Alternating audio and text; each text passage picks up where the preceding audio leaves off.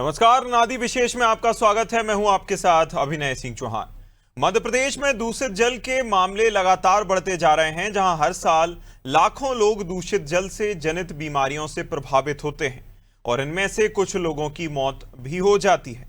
मौत का कोई आधिकारिक आंकड़ा सामने नहीं रखा जाता, फिर भी दूषित जल स्वास्थ्य के लिए सबसे बड़ी चुनौती है। इंदौर में भागीरथपुरा में 35 लोगों की दूषित जल से मौत हो गई थी और अब महावीर नगर में दूषित जल के मामले सामने आने के बाद फिर से चिंता बढ़ गई है। गनीमत है कि इस बार किसी की मृत्यु तो नहीं हुई। कुछ लोगों को उल्टी दस्त की शिकायत है। वहीं एक बच्ची को इलाज के लिए गुजरात भेजा गया है। ये पहला और अंतिम मामला नहीं है जहां इस तरह के मामले लगातार सामने आ रहे हैं। जरूरत है कि सभी को स्वच्छ जल उपलब्ध होना चाहिए और आज इसी मुद्दे पर चर्चा करेंगे। पहले देखते हैं ये रिपोर्ट।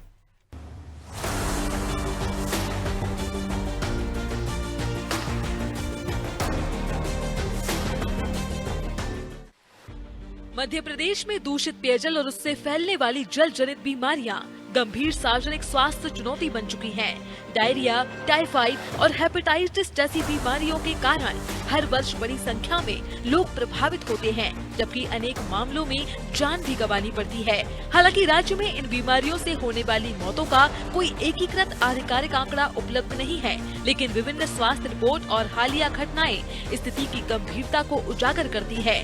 भारतीय आयुर्विज्ञान अनुसंधान परिषद और स्वास्थ्य विभाग की रोग बोर्ड संबंधी रिपोर्टों के अनुसार असुरक्षित पेयजल, खराब स्वच्छता व्यवस्था और हाथ न धोने की आदतें प्रदेश में मृत्यु एवं बीमारी के प्रमुख कारणों में शामिल है।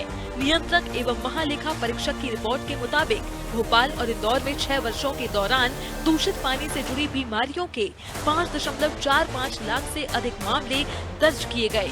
इनमें भोपाल में डायरिया, टाइफाइड और वायरल हेपेटाइटिस के लाखों मरीज सामने आए, जबकि इंदौर में भी हजारों लोग इन बीमारियों की चपेट में आए।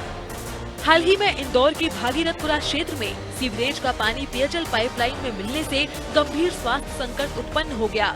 इस घटना में कई लोगों की मौत हुई और 3000 से अधिक नागरिक बीमार पड़ गए। बड़ी संख्या में मरीजों को अस्पतालों और आईसीयू में भर्ती कराना पड़ा। करीब 35 लोगों की मौत हो गई। इसके बाद महावीर नगर और महू क्षेत्रों से भी दूषित पानी के कारण लोगों के बीमार होने की खबरें सामने आई है। विशेषज्ञों के अनुसार पुरानी और जर्जर पाइपलाइनें, पेयजल एवं सीवरेज लाइनों का एक दूसरे के निकट होना, बोरिंग का प्रदूषित होना और पानी की गुणवत्ता की नियमित जांच का अभाव इस समस्या के प्रमुख कारण है। बढ़ते जल प्रदूषण को देखते हुए विशेषज्ञों ने जलापूर्ति व्यवस्था में सुधार, पाइपलाइनों की नवीनीकरण और नियमित गुणवत्ता परीक्षण की आवश्यकता पर जोर दिया है। डेस्क रिपोर्ट, अनादि टीवी।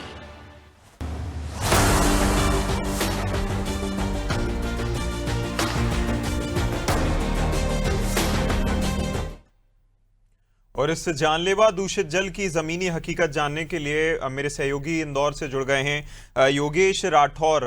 योगेश, देखिए, जिस तरह की ये समस्या सामने आई थी, इंदौर का भागीरथपुरा अब तक कोई भूला नहीं है। अच्छे से सबको याद है कि किस तरह की स्थिति वहां देखने को मिली थी, क्या क्या गड़बड़ियां वहां हुई थी और उसके बाद इस तरह सरकार ने या फिर प्रशासन ने इस पूरे मामले को लिया था कि अब इसके बाद कुछ नहीं होगा। लेकिन अब जिस तरह की एक के बाद एक जो है घटनाएं सामने आती हैं, महावीर कॉलोनी अब जो है निकलकर सामने आई है, ये बताती है कि कितनी गंभीर प्रशासन और सरकार इसे लेकर नजर आती है। योगेश, ये जानना चाहेंगे, देखिए, क्या प्रिकॉशनरी एक्शंस लिए जा रहे हैं ताकि इस तरह की मामले सामने आए और क्या नहीं लिए जा रहे हैं, अगर जो ठंडे बस्ते में क्या डाल दिया गया है इस तरह के मामलों को? योगेश, देखिए, अभी ना आपको बता दूं कि बड़ी विकट स्थिति है कि इतना बड़ा हादसे के बाद भी अगर प्रशासन और अगर विभाग और संबंधित अधिकारी जिम्मेदार अगर इस पर एक्शन नहीं लेते और अगर इसको लेकर गंभीर नहीं होते, तो बड़े सवाल खड़े होते हैं। क्या इंसानों के जान क्या बहुत कीमती नहीं है क्या इन लोगों के लिए? या जिस जिम्मेदारी पर बैठे, जिन पदों पर बैठे, क्या उन पदों के प्रति उनकी पूरी गंभीरता है? अब जो भागीरथपुरा दूषित पानी हादसा हुआ था, पूरे देश में नहीं, विदेशों में भी इसको लेकर चर्चा चल रही थी कि जो इंदौर शहर, भारत का इंदौर शहर जो स्वच्छता को लेकर जाना जाता है, आखिरकार उसमें इतनी बड़ी चूक कैसे हुई और किस कारण से इतने लोग मर गए। उसके बाद भी बहुत ज्यादा हद तक मुझे नहीं लगता कि गंभीरता आई हो अधिकारियों में और जिम्मेदारों में और जनप्रतिनिधियों में। जो हादसा हुआ तो उसमें कई लोग मर गए थे, उसमें कई लोगों की जान चली गई, तो आज भी कई लोग उससे पीड़ित थे और उस क्षेत्र में आज भी लोग भयभीत थे। लगभग 1 से 2 महीने तक वहां पर पानी की सप्लाई बंद रही। ऐसे ही कई कई जगहों पर इस तरह की छोटी मोटी शिकायतें भी है। कांग्रेस ने भी इसको लेकर मोर्चा खोला था। जीतू पटवारी जो प्रदेश कांग्रेस के अध्यक्ष है, उन्होंने कई जगह के पानी के सैंपल्स लिए, उनको लैब से टेस्ट करवाया और ये माना था कि इन जगहों पर दूषित पानी है, और उसकी सैंपल की उन्होंने खुली चुनौती दी थी कि मेरे पास जो पानी का सैंपल है, जो जांच रिपोर्ट है, वो आप मिलान कर लें। इसके बाद हम महापौर पुष्यमित्र भार्गव ने उसी क्षेत्र में पानी पी कर देखा, नर्मदा से जो पानी आ रहा था पी कर देखा। अब ये वास्तविकता कैसे पता लगा जाए कि जहां से उन्होंने पानी पिया उसी जगह का दूषित पानी उसी गली का, उसी क्षेत्र का, उसी स्थान का है। ये बड़ा गंभीर विषय हो जाता है कि जनप्रतिनिधि की आपसी जो है खींचतान के चक्कर में आम आदमी भुगता है। इसी तरह से अब बांगलदार क्षेत्र जो कि पहले पंचायत में हुआ करता था, वो अब नगरीय सीमा में है, और उसको लेकर अब एक सवाल उठ रहा है कि वहां पर जो बोरिंग है, वहां पर जो बोरिंग का पानी आ रहा है, उससे दूषित पानी लगातार लंबे समय से पी रहे। ये मामला कैसे सामने है जब कई लोग उसमें बीमार हुए, कई लोगों को उल्टी दस्त की शिकायत, जब पानी का जब डॉक्टरों ने पता लगाया तो ये पता चला कि दूषित पानी पीने से उनकी ये हालत हुई है। अब ये मामला बढ़े ना, इसको लेकर नगर निगम के अधिकारी ने दौरा किया, वहां पर उसके सैंपल लिए, पानी का उसको जांच के लिए भेजा। अब सवाल ये उठता है कि जब इस तरह के हादसे होते हैं, इस तरह के बातें सामने आती, इस तरह के विषय सामने आते, जब भी नगर निगम गंभीर क्यों होता है? बहुत बड़ी बात है कि नगर निगम आज भी उसको लेकर गंभीरता नहीं है। कई क्षेत्रों में दूषित पानी की शिकायत आती छोटी मोटी। मूसाखेड़ी में अभी नगर निगम की बड़ी मीटिंग चल रही, जिसको लेकर पानी को लेकर ही ये मीटिंग है। दूषित पानी की बात करें या पानी सप्लाई नहीं हो रहा या रेन वाटर हार्वेस्टिंग को लेकर, तो पानी को लेकर जो गंभीर समस्या बनी हुई है, उसको लेकर मुझे नहीं लगता कि जिम्मेदार बहुत ज्यादा गंभीर है, वो बहुत ज्यादा इस चीज को लेकर संवेदनशील है। पानी ऐसी एक वस्तु, ऐसी आवश्यकता है जो आम आदमी के दिनचर्या से लेकर सारे कार्यों को पूर्ण करती है, और इसको लेकर किसी भी तरीके से जान जोखिम में डालना नहीं चाहता व्यक्ति। रेन वाटर हार्वेस्टिंग को लेकर मीटिंगें चलती है, दूषित पानी को कैसे बचाया जाए उसको लेकर मीटिंगें चलती है। हर पानी की टंकी पर अभिनय एक बात लिखी होती है कि आप पानी की टंकी की सफाई करने का समय सीमा होती है। आप किस समय सीमा में पानी की टंकी की सफाई करती है? नर्मदा का पानी टंकी तक तो पहुंचा है, लेकिन यहाँ से आके जाने के लिए जो सप्लाई जा रही, सप्लाई चेन जो है, वहां पर कहीं ऐसा तो नहीं कि ड्रेनेज का पानी मिक्स हो रहा। आप पानी का सैंपल जो लेते हैं, पानी की टंकी का लेते हैं। पानी की टंकी में दूषित पानी नहीं हो सकता, मैं मानता हूं, लेकिन वहां से जब सप्लाई घरों तक जाती है, वहां की वाटर लीकेज तो नहीं हो रहा, कहीं किसी जमीन में कोई गंदगी तो नहीं आ रही, कहीं नहीं। योगेश देखिए, समय सीमा जरूर लिखी होती है, लेकिन किस तरह का रखरखाव होता है ये कोई बताने वाली बात नहीं है। ये सब जानते हैं कि किस तरह से रखरखाव होता है।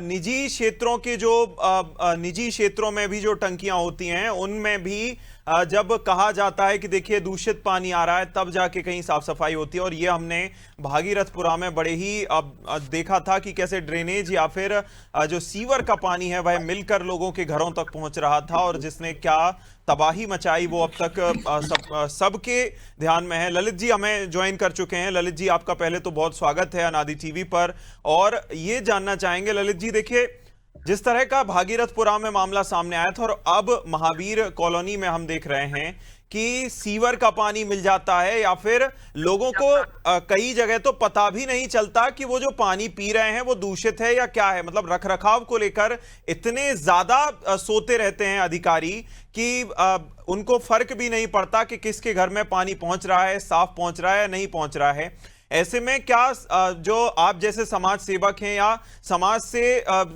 जुड़ी हुई जो संस्थाएं हैं, वो इसमें कोई कदम मतलब माफ कीजिएगा मदद कर सकती हैं?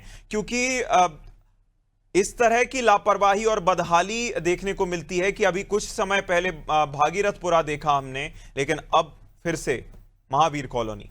ललित जी, मैं देखता हूं कि जो नगर निगम की आपस में जो विभागे हैं, उनका कम्युनिकेशन आपस में बराबर नहीं हो पाता है। रोड बन रही है तो ड्रेनेज का नहीं है, ड्रेनेज का है तो सफाई वालों का नहीं है।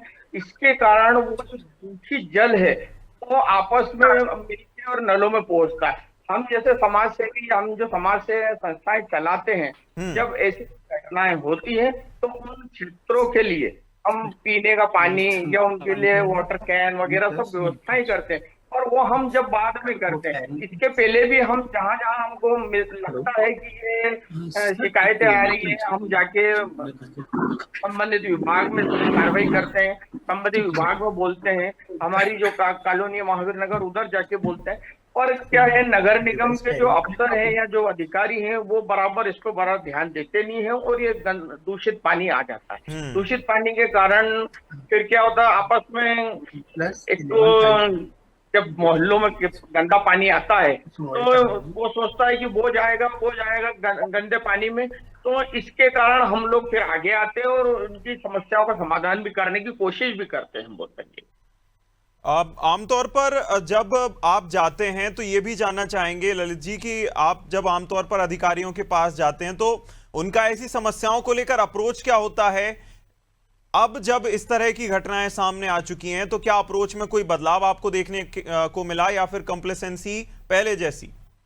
हालांकि भागीरथपुरा की घटनाओं के बाद अधिकारी कुछ सतर्क हुए हैं और कुछ ध्यान देने लगे, पर अभी भी कुछ कॉलोनियां, कुछ मोहल्ले ऐसे हैं जहां दूषित पानी आ रहा है। कुछ क्षेत्र ऐसे हैं जहां अभी भी आता, ड्रेनेज और जो नर्मदा का पानी वो मिक्स हो जाता है, उनकी कुछ लाइनें ऐसी जो मिक्स हो जाती है, उसके कारण आता।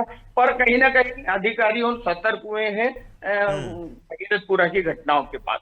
कुछ समस्याएं कम हुई है पर अभी भी जारी।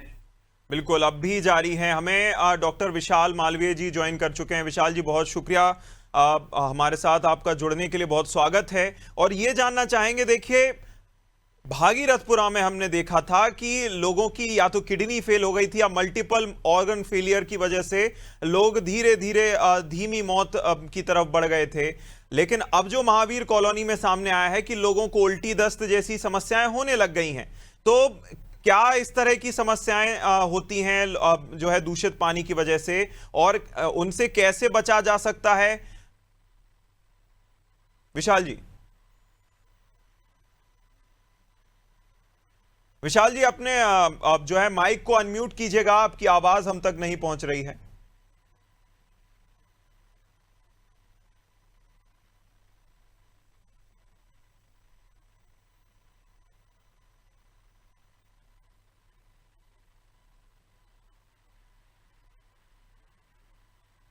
विशाल जी के पास मैं वापस लौटूंगा। योगेश, आप कुछ कहना चाहते थे, कोई किसी घटना पर आप ध्यान हाईलाइट करना चाहते थे, बोलिए।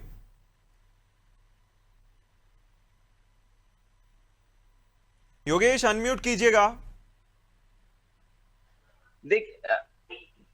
देखिए, मैं जिस तरह से अभी बता रहा था आपको किस तरह से किन समस्याओं से आम आदमी दो चार होता है, और ये समस्याएं जो है ये नगर निगम के अधिकारी इसलिए ज्यादा गंभीरता से नहीं ले पाते। ललित जी ने बताया कुछ हद तक सुधार हुआ है। ये सुधार सिर्फ ललित भाई पेपरों पे हुआ है, मैंने नहीं देखा कि ग्राउंड पे कहीं जाकर बहुत ज्यादा हद तक किसी कार्य को लेकर उन्होंने गंभीरता दिखाई हो। इंदौर में क्या है, जिस तरह से जितना शहर जिस तेजी से बढ़ रहा है उस तरह तेजी से विकास कार्य नहीं हो रहे। और सबसे बड़ी चीज क्या है, एक सबसे अहम विषय है कि पूरे शहर को बसाने में तकनीक यूज नहीं की है। अगर हम किसी एक्सपर्ट के पास जाते तो उनका यही कहना है कि जिस टेक्निक से काम करना चाहिए, स्टॉर्म वाटर लाइन कहाँ होना चाहिए, स्टॉर्म वाटर लाइन की निकासी कैसे होना चाहिए, ये सब पूरी प्लानिंग से नहीं। आप बारिश होती है, बारिश के तुरंत बाद आप देखिए जलमग्न हो जाता है। उसका कारण यही है कि हम पानी को लेकर बात करें, दूषित पानी को लेकर बात करें, तो जो गंदा पानी है वो कहीं ना कहीं बोरिंगों में नहीं आता। अब जैसे अभी लेटेस्ट जो हम बता रहे हैं बांगरगढ़ क्षेत्र की बात करें, महावीर नगर में, वहाँ दूषित पानी जो क्या बोरिंग में क्या है, बोरिंग में पानी जो जमा होता है वो कारण बना लोगों के बीमार होने का। तो ये नहीं है कि हम किसी भी हद तक आम आदमी जनप्रतिनिधि के पास नहीं पहुंचा, नगर निगम के पास नहीं पहुंचा, अधिकारी जो है उस विषय को गंभीरता से नहीं लेते हैं, और गंभीरता से नहीं लेने के कारण है कि इतना बड़ा हादसा हुआ। और एक और हादसा होने की तैयारी में था, क्योंकि नागरिक संभल गए, उन्होंने तुरंत से तत्काल से उन्होंने शिकायत की और अपने आप को उपचार के लिए अस्पतालों में ले गए। उस कारण से थोड़ा सा मामला समझ गया। अगर ये और मामला आगे बढ़ता तो शायद एक और भागीरथपुरा जैसा हादसा होता। इसके लिए प्लानिंग की जरूरत है, पूरे शहर में पूरा प्रॉपर प्लानिंग होना चाहिए। बिल्कुल, प्लानिंग और दूरदर्शिता की सबसे बड़ी कमी खलती है। जिस तरह से ललित जी ने भी ध्यान आकर्षित कराया था कि जैसा आपने भी कहा था कि देखिए प्लानिंग और समन्वय का एक बड़ी समस्या है कि अधिकारी एक दूसरे विभाग से ही समन्वय नहीं बनाना चाहते, उनका जितना काम है करके चले जाएंगे, बिना प्लानिंग के कुछ भी कर देना है। उसके बाद कहते हैं कि जो भी भाड़ में जाए जनता टाइप की जो कहावत होती है। मैं विशाल जी आपके पास वापस आना चाहूंगा। किस तरह की समस्याएं हो सकती हैं दूषित पानी को लगातार पीने से?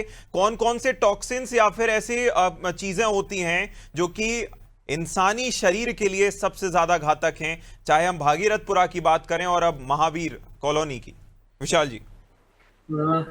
सर, जो वाटरबोर्न डिसीजेस होती है, मेनली जो सबसे ज्यादा खराब होती है या जिसके कॉम्प्लिकेशन सबसे ज्यादा होती है, कोलरा के, जिसको हम लोग जनरल टर्मिनोलॉजी में हेजाब बोलते हैं। दूसरा जो हम लोग केसेस रूटीन में देखते हैं कि नॉर्मल हम लोगों ने कहीं बाहर का खाया, जो टाइफाइड होता है, ये 2 जानलेवा बीमारियां होती है। कोलरा ऐसी बीमारी है जिसका रोकथाम जितना फास्ट कर लिया जाए बेटर होता है। यदि आप उसका रोकथाम नहीं कर पाते हो तो आपको हर 5 मिनट में लूज मोशन होता है। जैसे हम लोग बोलते हैं कि लूज मोशन का एक पैटर्न होता है कि जब भी बच्चों में, बड़ों में लूज मोशन होता है तो वो राइसी वाटर, जो राइस का कलर होता है, जो हम लोगों का उबालने के बाद बच जाता है, वैसे होता है। यदि ये कंटिन्यूअसली 5-5 मिनट में किसी को डायरिया होगा तो शरीर का पूरा पानी निकल जाता है, और उसके साथ साथ में जितने भी इलेक्ट्रोलाइट होते हैं, सोडियम, पोटेशियम, इसका भी बहुत ज्यादा अमाउंट में लॉस होता है। यदि इसको हम लोग इनिशियली कंट्रोल नहीं करते हैं और इन्फेक्शन और बढ़ता है तो इसके ये दुष्परिणाम होते हैं कि आगे चल के पेशेंट शॉक में चला जाता है, सीवियर डिहाइड्रेशन होने के चांसेस होते हैं। जो नेक्स्ट बीमारी होती है टाइफाइड के बाद में, वो हेपेटाइटिस ए की होती है, जो कंट्रोल हो सकती है, पर जितनी जल्दी इनिशियली आपका ट्रीटमेंट मिलेगा उतनी जल्दी हम लोग बीमारियों से लड़ सकते हैं।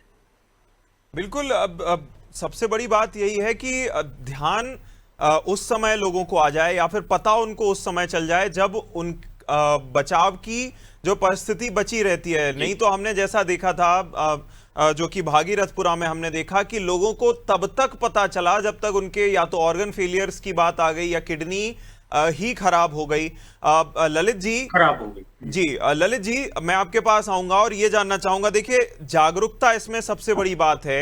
अगर किसी के यहाँ लगातार दूषित पानी आ रहा है और अगर कोई किसी व्यक्ति के पास पहुंचता है, चूंकि आपने बताया कि पहले से स्थिति सुधरी है लेकिन अभी बिल्कुल ऐसा नहीं है कि आप अगर शिकायत करेंगे तो आपको सुनने में आ जाएगा, तो क्या लोगों के पास जब आप जाते हैं या फिर आप मिलते हैं तो आपको किस स्तर के लोग मिलते हैं? कितना जागरूक हैं वो खाने पीने या फिर शुद्ध पानी को लेकर ही अगर हम बात करें? देखिए, छोटी कॉलोनी में तो लोग ज्यादा जागरूक नहीं रहते। बड़ी कॉलोनियों में जरूर लोग आरओ लगा लेते हैं या दूसरी सुविधाएं, कैन वगैरह घर पे मंगा के कर लेते हैं। पर जो छोटी छोटी कॉलोनी है उनके नागरिक अभी भी इतने जागरूक नहीं है या इतने सतर्क नहीं है। वो तो जो नर्मदा का पानी आता है या बोरिंग का पानी आता है वो मटके में या तपेले में भर के और फिर पी लेते हैं। अब उनको कभी कभी मालूम ही नहीं पड़ता है कि इसमें दूषित पानी है और उसी के कारण बीमारी होते हैं और सकते हैं। हम जाके कुछ कॉलोनी में जाके बताते भी हैं कि भाई कभी कभी आपके दूषित पानी आया तो हमें बताइएगा, या किसी को नगर निगम में भी शिकायत करिए, या फिर जाके कहीं पानी बाटल में भरिए, उसका हम दूसरे दिन ले जाके नगर निगम में या संबंधित विभाग में उसको ले जाके बताएंगे। पर छोटी कॉलोनियां जो है उनमें अभी भी लोग जागरूक नहीं है। उनको जागरूक करने की जरूरत है कि यदि दूषित पानी आता है तो हम उसका ग्रहण न करें, उसको पिए नहीं। बिल्कुल, कहीं ना कहीं जागरूक करने की जरूरत है। विशाल जी, हमने इससे पहले बात करी कि क्या क्या प्रभाव होते हैं, दुष्प्रभाव होते हैं इस तरह की अगर पानी हम पीते हैं या फिर इनका लंबे समय तक प्रयोग में लाते हैं। ऐसे क्या तरीके हैं जो कि इनसे बचा जा सकता है, अगर आप शॉर्ट में बताना चाहें? सर, जैसे सर ने बताया कि छोटी कॉलोनी में ये प्रॉब्लम जब होने के ज्यादा चांसेस होते हैं। बड़ी कॉलोनी में जैसे आरओ का यूज कर रहे हैं, फिल्टर का आजकल यूज किया जाता है। आजकल तो हम लोगों ने देखा कि हर जगह फिल्टर का यूज किया जाता है, पर अब हम लोगों को कभी भी, जैसे सर ने बताया कि अपन जितनी ज्यादा जल्दी अलर्ट हो जाए, पानी का हमेशा कलर चेंज होना पहला सिंबल होता है कि आपका पानी दूषित आ रहा है। पर कभी कभी आपका क्लियर पानी भी छोटे छोटे माइक्रो ऑर्गेनिज्म होते हैं जो हमें पता नहीं चलते हैं कि वो दूषित पानी है या नहीं हो।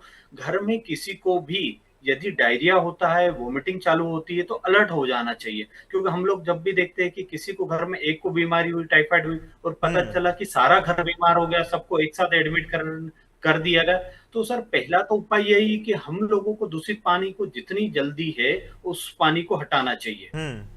और अब इससे कैसे बचा जा सकता है? पहले के लोग फिटकरी यूज करते थे, पर अभी जो चीजें हुई है, जो लास्ट 6 मंथ या 1 ईयर में बहुत सारी चीजें हुई है, तो अभी शायद सारी चीजों में इम्प्रूवमेंट आ रहा है। सारी चीजें अब बहुत सारे लोग भी अलर्ट हो गए हैं कि जैसे भी पानी का कलर देखते हैं, या किसी घर में पड़ोसी को डायरिया चालू हुआ, उन्होंने बोला कि यार हम लोग ये पानी पी रहे थे तो इसकी वजह से, तो जब तक आप जागरूकता आपके आसपास में हो रही है या किसी कॉलोनी में हो रही है, तो हो सकता कि एक कॉलोनी में हो रही है तो दूसरी कॉलोनी में भी अलर्ट किया जाए कि हमारे यहाँ ये चीजें हो रही है, तो हो सकता है कि आपको जितनी जल्दी चेक करवा लिया जाए कि ये पानी का कहीं से लीकेज तो नहीं है, या सीवेज वाटर जो प्रॉब्लम है वो तो मिक्स नहीं आया है।